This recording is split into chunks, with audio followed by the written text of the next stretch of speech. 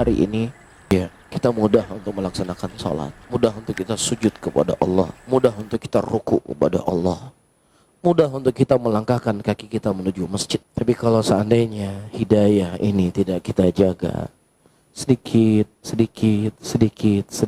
ya, sudah mulai terjatuh ke dalam dosa, sudah mulai berbuat maksiat, sudah mulai benci dengan orang-orang yang berbuat baik. Berapa banyak orang-orang yang mereka futur jauh daripada pengajian, mereka meninggalkan sholat. Dan banyak terjadi. Apa faedah, apa fungsinya seseorang hidup di muka bumi Allah? Dia memakan rezeki dari Allah, mendapatkan perlindungan dari Allah, mendapatkan penjagaan dari Allah, tetapi dia tidak sujud dan ruku kepada Allah. Nggak ada faedahnya di hidup di dunia ini, nggak ada faedah. Makanya Umar bin Khattab di tengah beliau sakit mengatakan tidak ada bagian bagi orang-orang yang mereka meninggalkan sholat dalam Islam.